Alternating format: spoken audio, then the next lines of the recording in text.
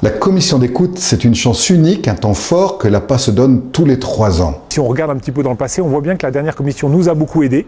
Elle nous a aidé par exemple en développement de nouvelles formes d'hébergement comme les colocations d'anciens ou les studios, mais aussi la création du livret d'accueil, la création d'un poste administratif pour nous soutenir un petit peu dans l'organisation, le poste qui est actuellement occupé par Anne, ou encore le développement de la vie par pôle. Voilà, on voit bien dans l'expérience du passé que ça nous a aidés. On vous propose vraiment de participer à cette démarche et on compte sur chacun. Le but, c'est de regarder comment ça va. Comment ça va à la fois, qu'est-ce qui va bien à l'APA, et en même temps, quelles sont les difficultés. Parce qu'évidemment qu'il y a des choses qui vont bien, évidemment il y a des difficultés.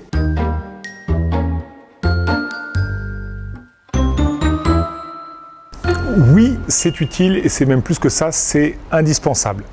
Si on reprend la mission de l'APA, c'est de rassembler des personnes qui, pour certaines, ont été confrontées à l'exclusion, à la solitude, et d'autres personnes volontaires, pour que tous ensemble, nous puissions vivre des relations d'amitié et d'entraide. Des appartements partagés, des vacances passées ensemble ou encore des tables ouvertes le dimanche. Mais il y a un autre but aussi, c'est de savoir vers quoi on va, d'où on vient et vers quoi on va, quelles sont les grandes orientations, quelles sont les priorités qu'il faut mettre en place dans les années qui viennent avec la meilleure organisation possible pour les déployer. Cette année, la commission écoute se déroulera en 3 temps forts. Le premier temps fort, c'est un questionnaire envoyé à tous les colocataires. Première étape, compléter le questionnaire avant le 30 mars. C'est un questionnaire qui prend entre 15 et 30 minutes environ et c'est un questionnaire qui est anonyme.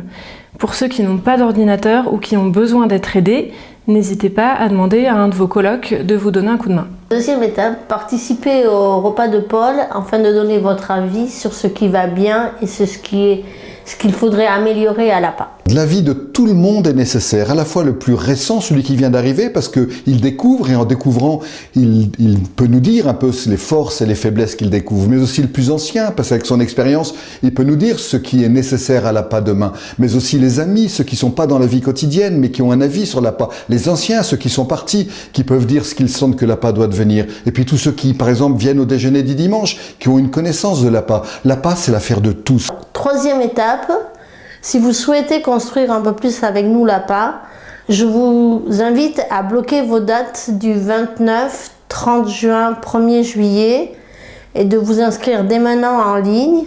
C'est important pour nous, pour notre organisation. D'avance, un grand merci.